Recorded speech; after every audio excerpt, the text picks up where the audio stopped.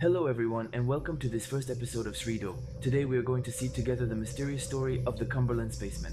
This story begins in May 1954 in the United Kingdom in Carlisle. One Saturday after 12:01 p.m., firefighter named Jim Templeton decides to take his wife and daughter for a walk in a key park of a cove named Solwell Gulf during this hike.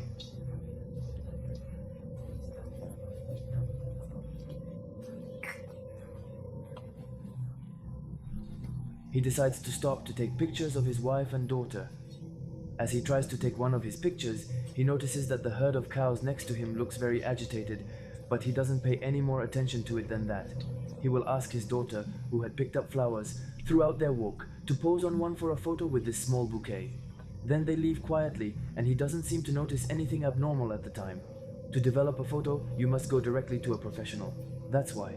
He will wait a week before he can have his photos developed. Among all the photos he had taken that day, he notices that on one of the 3 photos he took of his daughter, an anomaly appears. On the first 2 photos, we see nothing, but on the 3rd photo, we notice an anomaly in the background, a man wearing a white suit finding answers.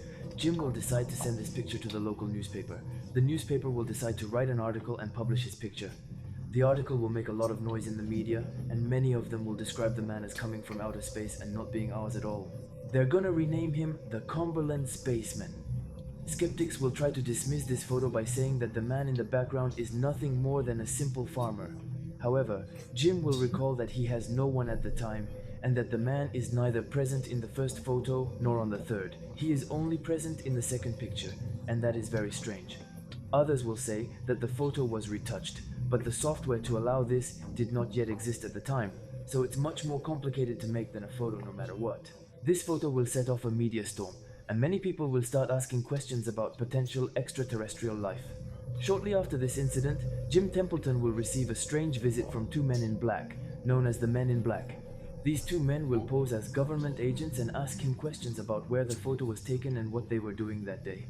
Little answer, a little evasive from Jim, the 2 men will ask him to go directly to the scene to be able to show them the exact place where his daughter's photo was taken. Along the way, Jim discovers something very strange. The 2 men are not called by their first names, but by numbers. Once they arrive at the places where the photo was taken, Jim begins to ask questions and asks them to show them an official card. Not only will the 2 men not present any cards, but on top of that, they will say that they work for Her Majesty's government. The 2 men ask investigative questions, and that's when they are going to ask a very strange question to Jim. Where was the 2nd man in the white jumpsuit? This question challenges Jim because he has never seen a 2nd man in the community, except the government agents will insist on the presence of this 2nd man. Jim, faced with this increasingly aggressive behavior, decides to stop cooperating. The 2 men then decide to leave Jim on the spot and leave for the forest without saying a word more to me. Jim never saw them again. I never heard from the 2 men again. Despite all the noise that this story made at the time in the media and all the questions that were put to the government, there was never any viable answer to this story at the time. The company that developed the film even offered a reward for all the people who would get to debunk this photo, because for them it is impossible that the photo was faked. And that's it for this first UN Street. I hope you enjoyed it. Please let me know in the comments and like this video. Geek on Fire, peace out.